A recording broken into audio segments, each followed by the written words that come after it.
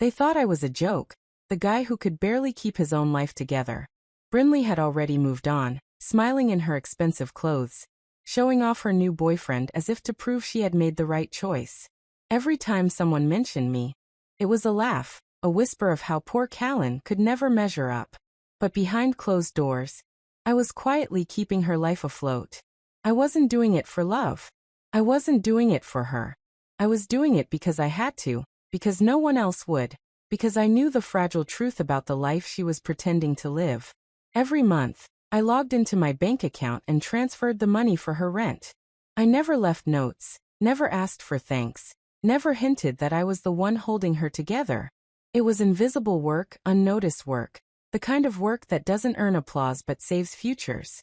I watched from a distance as she flaunted her freedom, completely unaware of the safety net I had woven under her feet.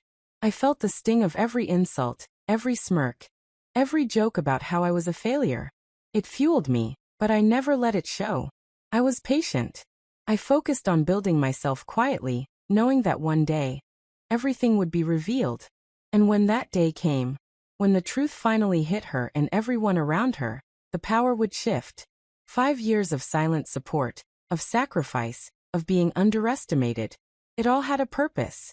They had laughed at me for so long, but soon, the laughter would end. Because I wasn't the poor ex. I was the one who had been quietly in control all along. And when people finally saw it, their shock would be worth every single silent, unnoticed month. When Brinley left, she made it sound like I had trapped her, like I was holding her back from a better life. She told everyone she needed someone richer, someone who could give her the lifestyle I supposedly never could. That's how Torrin Maddox came into the picture, a man with flashy clothes, a fancy car, and an apartment that made her feel like she had finally won. She laughed about it with friends, acting like I was the one who lost. What she never said was that I had co-signed her lease when she lost her job. The apartment she now called hers was still tied to me. Every month that rent went unpaid, my credit would have suffered. No one knew this, not Torrin, not her friends, not even Brinley herself. She assumed Torrin or some hidden savings covered it, but the truth was far more complicated. I had been quietly making sure the bills were paid, keeping her life afloat while she was busy showing off her new freedom. It was a strange feeling, seeing her move on so quickly, pretending that everything she had was her own doing, while I silently carried the responsibility she had abandoned. I didn't complain. I didn't tell anyone. I just made sure the rent went through, because I had to, because it was the right thing to do, and because I knew what could happen if I didn't. Every time I sent the money, I felt the sting of betrayal mixed with resolve. She had chosen money over loyalty, status over honesty, and I had been left holding the pieces, quietly making sure nothing collapsed. It hurt, but it also strengthened me. I realized that being underestimated, being labeled the poor ex, was my advantage. While she was busy building a fake image of success, I was quietly building real stability, knowing that one day, the truth would shift everything. I took on double shifts at the warehouse outside Cedar Falls, Iowa, pushing myself to exhaustion just to keep everything afloat. Most nights, I would come home with aching muscles, barely able to keep my eyes open, but I couldn't stop. Each month, I sent the money to cover Brinley's rent, the rent she could no longer afford after quitting her job and moving in with Torrin. She smiled and acted like everything was fine, thinking Torrin had it handled. Torrin assumed she had some hidden savings he didn't know about. Neither of them had any idea that it was me, Callan Rowe, quietly carrying the weight behind the scenes. I never said a word. I didn't leave notes. I didn't ask for thanks or recognition. I couldn't let anyone see how much I was sacrificing. Every dollar I transferred, every sleepless night I endured, was invisible labor. It was a burden, but it was also power in disguise. I was the one holding the pieces together while they strutted around like life had suddenly smiled on them. Their confidence, their careless laughs, their sense of security, it all rested on my quiet work. There were moments I wanted to tell her, to make her see how much I had done, but I held back. I knew patience mattered more than pride. I watched as she flaunted her life, thinking she had outgrown me, while in reality, she was standing on a foundation I had built. Every insult, every whispered joke about me being the poor ex, stung, but it also fueled me. I wasn't just surviving, I was preparing. Preparing for the moment when the truth would come out, when she would realize that her perfect life had been kept alive by the very person she mocked. And when that day came, I would finally have my quiet victory. The wedding was crowded and bright, full of laughter and music, but all I could hear was the sting of Brinley's words.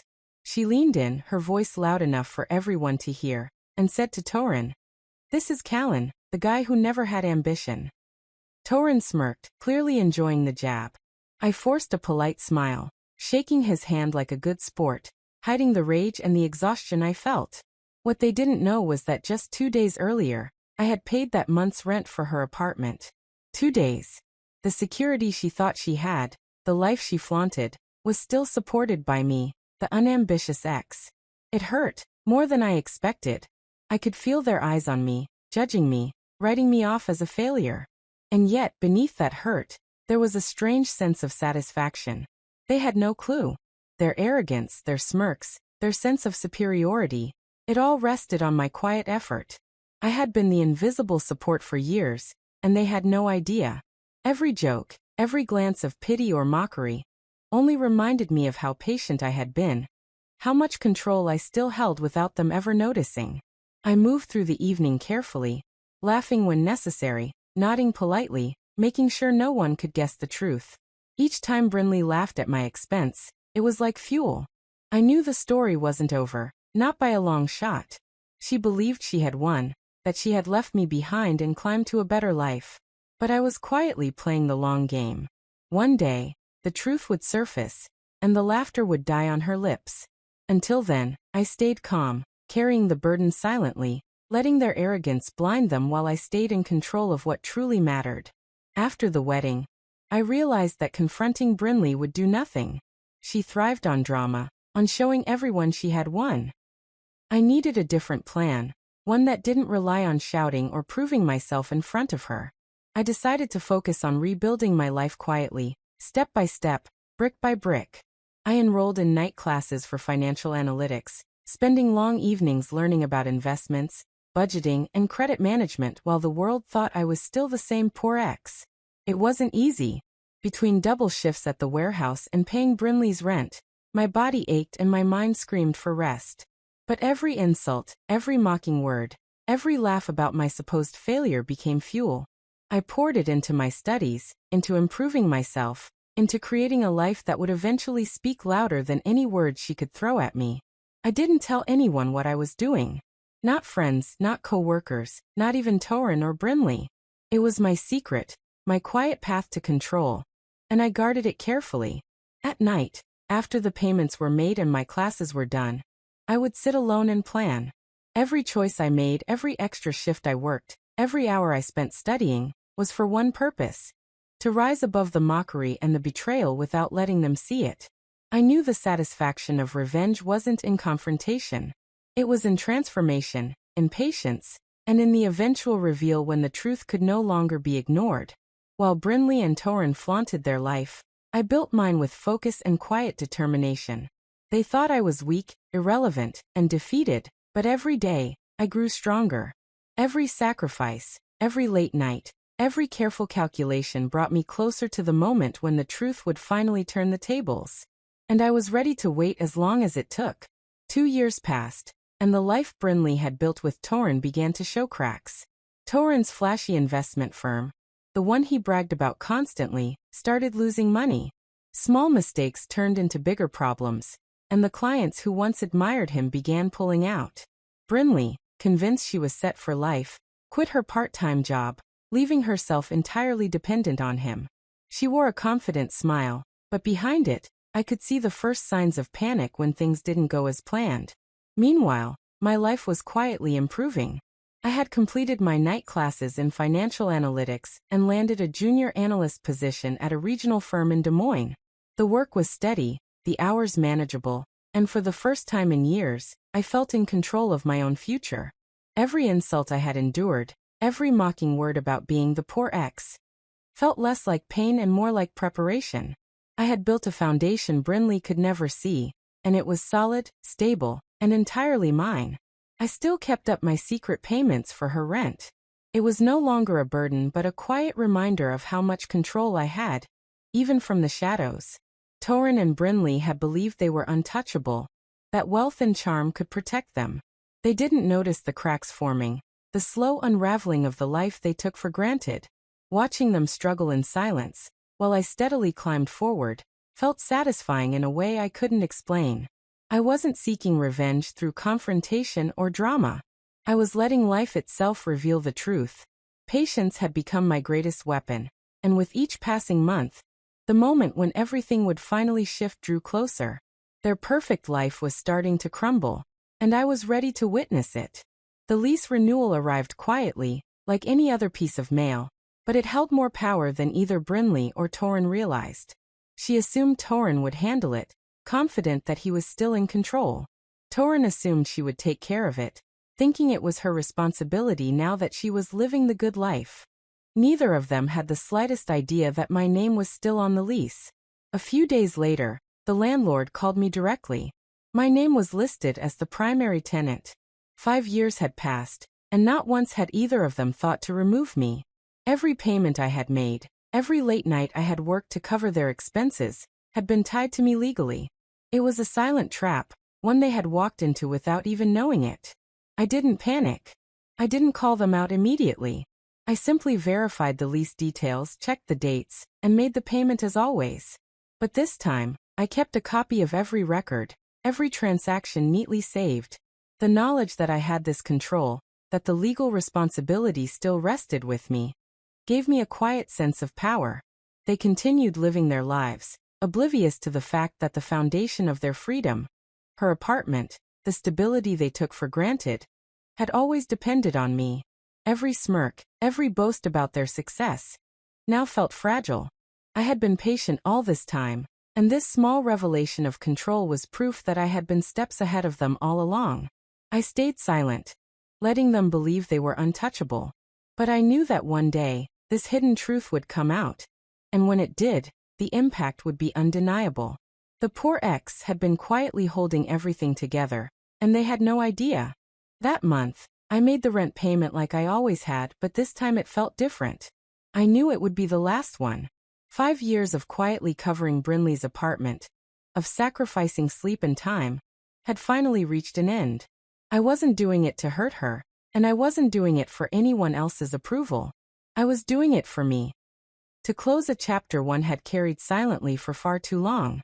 Along with the payment, I requested full documentation from the property management company. I asked for a complete history of every transfer made under my account. Every month I had paid without recognition. I saved each receipt, every statement, carefully organizing them. It wasn't about money anymore. It was about proof. Proof of what I had done. Proof that I had been the one keeping everything together, while everyone assumed otherwise. I didn't tell Brinley or Torrin that I had the records. They had no idea how close they had been to complete dependence on me. How fragile their life had been while they laughed and flaunted their success. For the first time, I felt the weight of my own strength. I had done the impossible quietly, without confrontation, without drama, and without acknowledgement. I looked at the paperwork and realized that 5 years of patience, sacrifice, and silent endurance had brought me to this moment. I wasn't the poor ex anymore, not in credit, not in stability, and certainly not in dignity. I had built a life of my own. And now I held the undeniable proof that I had been the backbone all along. The stage was set. All that remained was for the truth to reach them. And I knew when it did, the impact would be undeniable. My patience had finally paid off. The family dinner felt tense the moment I arrived. Brinley and Torrin were glowing, excited to show off their perfect life. Halfway through the evening, they made the announcement. They were engaged. Glasses clinked, congratulations were exchanged, and I forced a smile, keeping my composure. Torrin couldn't resist a jab. He leaned over, eyes glinting with mockery, and said, "Some people never move up," glancing at my old sedan parked outside. Laughter followed, and Brinley joined in, her smile sharp and triumphant. Everyone seemed to agree silently that I had somehow fallen behind, that my life hadn't advanced like theirs. I stayed quiet, letting their arrogance fill the room. Inside, I felt a mix of irritation and calm. They didn't know that while they were flaunting wealth and status, my life was quietly moving forward in ways they couldn't see. My career was growing steadily. I had stability, control, and patience on my side. Their laughter and superiority meant nothing to the foundation I had built. The one no engagement, no flashy car, and no borrowed wealth could shake. Every toast they raised, every congratulatory smile, was just another reminder of the patience I had practiced. I let them have their moment, knowing it was temporary. Their pride and mockery made the story sweeter in my mind because I knew something they didn't. The life they were showing off was only sustained by my unseen efforts. I listened, nodded politely, and carried myself with quiet dignity. They had their celebration, their display of success, and their confidence. But behind the smiles and jokes, I felt a quiet satisfaction knowing that the truth was slowly building toward a moment they would never forget. The final act, the reveal, was getting closer. And when it came, the tables would turn completely. 2 weeks after the engagement, the perfect image they had built started to crumble. Torin's investment firm collapsed almost overnight. Accounts were frozen, clients were suing, and the flashy lifestyle they flaunted began to fall apart. Brinley, who had believed she was untouchable, was forced to face reality. The real shock came when the landlord sent her the full payment history for her apartment. She had assumed Torin's money had been covering it all these years. But every single payment, every month, every transfer, it was under my name. Brinley read through the statements, her hands trembling, her face pale. The truth hit her like a punch. The poor ex she had mocked, the man she had laughed at and abandoned, had been the one keeping her life afloat. For 5 years, I had carried the weight silently, making sure she never defaulted, never faced eviction. Every joke, every insult, every condescending comment she had made now seemed hollow and meaningless. I had been the one responsible for the stability she had taken for granted, and she had never noticed. I watched from a distance as the shock settled in. As Brinley and Torin realized their world was far more fragile than they had believed. The life they thought was built on wealth, charm, and cleverness was actually sustained by my quiet effort, my patience, and my diligence. For the first time, I felt a sense of calm satisfaction. No words needed to be said, no confrontations necessary. The truth had revealed itself in the most powerful way possible. They had mocked me, dismissed me, and treated me as insignificant. Now, the reality was undeniable. The poor ex had been quietly in control all along, and the empire they thought was theirs was collapsing under the weight of their own assumptions. A few days after Brinley saw the payment history, she showed up at my apartment. She looked pale, her hands shaking, like she was seeing a ghost. Her eyes darted around the room, but all she could focus on was me. You paid my rent? For 5 years, she whispered, barely able to get the words out. I nodded slowly, keeping my expression calm. Not for you, I said. For my credit. And because I don't abandon my responsibilities. I could see the shock in her eyes, the disbelief. For years she had laughed at me, mocked me, called me the poor ex, and assumed I had nothing to offer. Now in this quiet moment, she was realizing the truth. She sank into a chair, silent, trying to process it all. Every month she had relied on me. Every comfort she had taken for granted had come from my effort, my patience, and my discipline. She had assumed Torin was the one keeping her life stable, that she had finally escaped the failure she once called me. But I had been the backbone all along. There was no anger in my voice, no gloating. I didn't need to yell, didn't need to explain every detail. The proof was in the documents she had seen, in the years of invisible labor she had ignored. She realized, maybe for the first time, that the person she had dismissed and belittled had been the only stable presence in her life. She looked at me, broken and humbled, and I felt a strange sense of closure. The humiliation, the mockery, the silence of 5 long years. It had all led to this moment. I had remained calm, responsible, and patient. And now, the poor ex she had laughed at stood as the only person who had ever truly held things together. After Brinley's visit, word started to spread quietly through friends and family. People who had once laughed at me, who had whispered about my failures, began to see the truth. The story everyone believed, that I was weak, unsuccessful, and incapable, was flipped completely. Suddenly, it wasn't me who had failed. It was Brinley and Torin. I had built a stable career, earned respect at my job, maintained clean credit, and carried myself with dignity through years of silent struggle. The payments, the late nights, the sacrifices, they weren't wasted. Meanwhile, Brinley lost her apartment when the lease issues became impossible to ignore. Torin disappeared under lawsuits and frozen accounts. The flashy world they had shown off crumbling into chaos. 5 years of mockery, humiliation, and being underestimated had turned into a single, quiet moment of justice. No shouting. No revenge parties. No dramatic confrontations. Just the undeniable truth that the life I had quietly built and the stability I had maintained could not be ignored. People began to talk differently. They saw that I had been the one who had handled responsibilities, who had been consistent when everyone else was careless.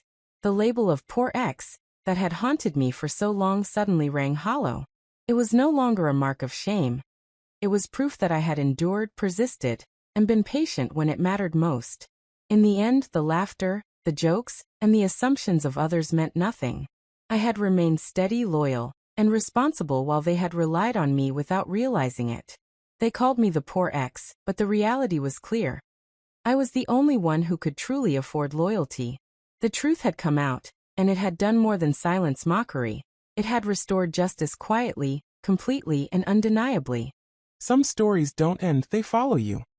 If this one stayed in your mind, you know what to do.